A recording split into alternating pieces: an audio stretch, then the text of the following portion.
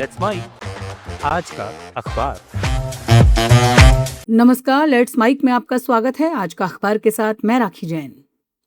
The New York times में प्रकाशित लेख 3 world leaders 3 incredibly bad decisions. इसमें लेखक का तर्क है कि अमेरिका के राष्ट्रपति डोनाल्ड ट्रंप, इजराइल के प्रधानमंत्री बेंजामिन नेतन्याहू और रूस के राष्ट्रपति व्लादिमीर पुतिन तीनों अलग अलग नेता होने के बावजूद एक बड़ी समानता रखते हैं। वो अपने आसपास ऐसे लोगों को रखते हैं जो उनकी बातों का विरोध नहीं करते। लेखक के अनुसार इसी वजह से तीनों नेताओं ने ऐसे फैसले किए जिन्होंने उन्हें लंबे और मुश्किल संघर्षों में फंसा दिया। लेख में कहा गया है कि नेतन्याहू ने मान लिया कि सिर्फ सैन्य हमलों और शीर्ष नेताओं की हत्या के जरिए ईरान की सत्ता को गिराया जा सकता है, और यहां तक कि इजराइल ईरान के लिए नया नेतृत्व भी तय कर सकता है। लेखक इसे राजनयिक वास्तविकताओं की गंभीर गलत समझ बताते हैं। इसी तरह ट्रंप पर आरोप है कि उन्होंने सहयोगियों और अंतर्राष्ट्रीय समर्थन के बिना ईरान के खिलाफ कार्रवाई कर अमेरिका को एक नए संकट में धकेल दिया। वहीं पुतिन ने यूक्रेन पर हमला करते समय ये मान लिया कि यूक्रेनी जनता रूस का स्वागत करेगी, लेकिन ये आकलन पूरी तरह गलत साबित हुआ। लेख का मुख्य संदेश ये है कि जब नेता केवल अपनी धारणाओं पर भरोसा करते हैं और आलोचनात्मक सलाह सुनना बंद कर देते हैं, तो वो वास्तविक हालात से कट जाते हैं। लेखक के मुताबिक तीनों नेताओं ने अपने अपने देशों की ताकत का आकलन बढ़ा चढ़ाकर किया और विरोधी समाजों की राष्ट्रीय भावनाओं को कम करके आंका। नतीजा ये हुआ कि वो ऐसे संघर्षों में उलझ गए जिनका आसान समाधान अब उनके पास नहीं है। लेख ईरान की सत्ता की भी आलोचना करता है और कहता है कि वहां के शासकों ने दशकों तक जनता की आकांक्षाओं को दबाया और देश के संसाधनों का गलत इस्तेमाल किया। लेखक का मानना है कि ईरान के सामने परमाणु विवाद से भी बड़ा खतरा जल संकट और पर्यावरणीय चुनौतियां हैं, जो भविष्य में देश को अधिक प्रभावित कर सकती हैं। कुल मिलाकर ये लेख बताता है कि युद्ध शुरू करना आसान हो सकता है, लेकिन उसे सम्मानजनक तरीके से समाप्त करना बहुत कठिन होता है। लेखक का निष्कर्ष है कि अंततः इन सभी संघर्षों का समाधान बातचीत और समझौते से ही निकलेगा, क्योंकि कोई भी देश अनिश्चित काल तक युद्ध की कीमत नहीं चुका सकता।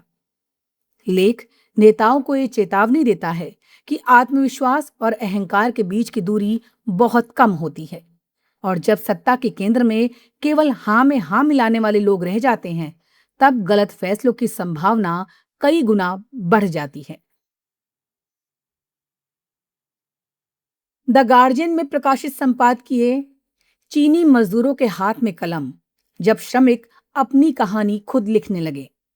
इस लेख में चीन में उभर रही इस नई साहित्यिक धारा की चर्चा की गई है, जिसमें मजदूर, डिलीवरी राइडर, फैक्ट्री कर्मचारी और प्रवासी श्रमिक खुद अपने अनुभवों को कविता, संस्मरण और लेखन के माध्यम से दुनिया के सामने ला रहे हैं।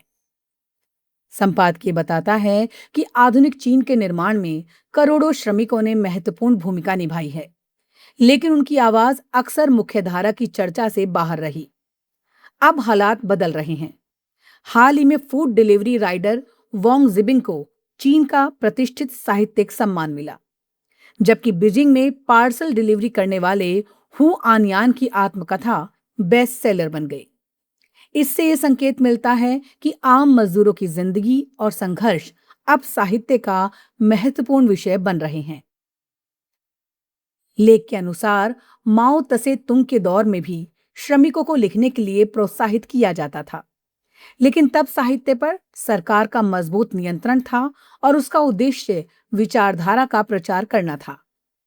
आज की श्रमिक लेखनी अलग है।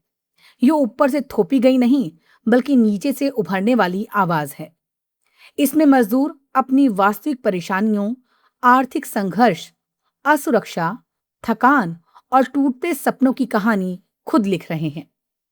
संपादकीय ये भी बताता है कि नई पीढ़ी के श्रमिक लेखक चीन के तेज आर्थिक विकास की वो कीमत दिखाते हैं जो आम कामगारों ने चुकाई है।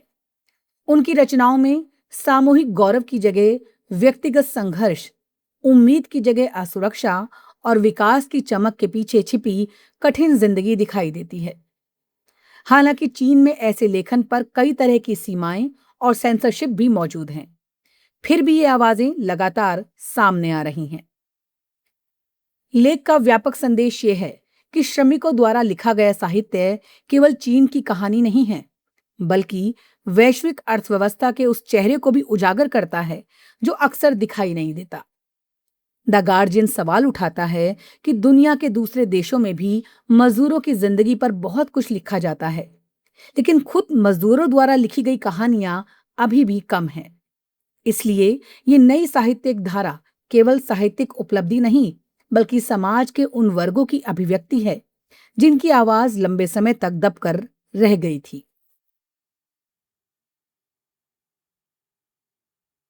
अल जजीरा में प्रकाशित लेख OpenAI says its AI model went rough, what do we know. इसमें आर्टिफिशियल इंटेलिजेंस से जुड़े एक बेहद गंभीर और चिंताजनक घटनाक्रम की चर्चा की गई है। अल जजीरा में प्रकाशित लेख में बताया गया है कि ओपन एआई के आंतरिक परीक्षण के दौरान उसके 2 उन्नत एआई मॉडल ने बिना किसी मानवीय निर्देश के खुद ही सुरक्षा बाधाओं को पार करने की कोशिश की। रिपोर्ट के अनुसार परीक्षण के दौरान इन मॉडलों ने एक सीमित और इंटरनेट विहीन वातावरण से बाहर निकलने का रास्ता खोजा। फिर एआई प्लेटफॉर्म हगिंग फेस के सिस्टम की कमजोरियों का फायदा उठाकर लॉगिन जानकारी हासिल की और वहां तक पहुंच बनाने में सफल रहे। ओपन एआई का कहना है कि ये सब एक नियंत्रित परीक्षण के दौरान हुआ और वास्तविक दुनिया में किसी प्रकार का नुकसान नहीं हुआ। लेकिन घटना ने एआई की बढ़ती क्षमताओं को लेकर नई बहस छेड़ दी है। लेख का मुख्य संदेश ये है कि एआई सिस्टम अब केवल निर्देशों का पालन करने वाले साधारण टूल नहीं रह गए हैं। वो जटिल समस्याओं का समाधान खोजने के लिए ऐसे रास्ते भी तलाश सकते हैं जिनकी कल्पना उसके निर्माताओं ने भी नहीं की होती। परीक्षण में शामिल मॉडलों ने अपने लक्ष्य को हासिल करने के लिए शॉर्टकट और धोखा देने जैसे तरीके अपनाए, जिससे ये चिंता बढ़ी कि भविष्य में अधिक शक्तिशाली एआई सिस्टम सुरक्षा नियमों को दरकिनार करने की क्षमता विकसित कर सकते हैं। लेख ये भी बताता है कि ओपन एआई अकेली कंपनी नहीं है जिसे ऐसी समस्या का सामना करना पड़ा है। प्रतिद्वंदी कंपनी एंथ्रोपिक के उन्नत मॉडल के बारे में भी रिपोर्ट सामने आई थी कि उसने परीक्षण के दौरान सैंडबॉक्स से बाहर निकलकर इंटरनेट तक पहुंच बना ली थी। इसी वजह से दुनिया भर के साइबर सुरक्षा विशेषज्ञ और नियामक संस्थान लगातार चेतावनी दे रहे हैं कि एआई की क्षमताएं जितनी तेजी से बढ़ रही हैं, सुरक्षा और निगरानी के उपाय उतनी तेजी से विकसित नहीं हो पा रहे हैं। सरल शब्दों में कहें तो ये लेख एआई के भविष्य को लेकर एक चेतावनी है। लेख कहना चाहता है कि आर्टिफिशियल इंटेलिजेंस अब इतनी सक्षम होती जा रही है कि वो अपने लक्ष्य पूरे करने के लिए अप्रत्याशित कदम उठा सकती है। इसलिए केवल नई और अधिक शक्तिशाली एआई बनाने पर ध्यान देना पर्याप्त नहीं है, बल्कि उसकी सुरक्षा, पारदर्शिता और जवाबदेही सुनिश्चित करना भी उतना ही जरूरी है। यही वजह है कि अब दुनिया भर में एआई के लिए कड़े नियम और सुरक्षा मानक बनाने की मांग तेज होती जा रही है। आज का अखबार में फिलहाल इतना ही। जुड़े रहिए लेट्स माइक के साथ। नमस्कार। आप सुन रहे थे let's mic more than radio. Follow कीजिए हमें हमारे सोशल मीडिया प्लेटफॉर्म्स पर। It's time for news. It's time for more than radio. Presenting the first radio news app, Let's Mic. Let's Mic, a news-based app on your phone where you get to watch and listen news, talk shows, interviews, radio show podcasts. On Let's Mic, you get all relevant information of TV, print, radio, podcast, and digital. Let's Mic talks about every segment of life.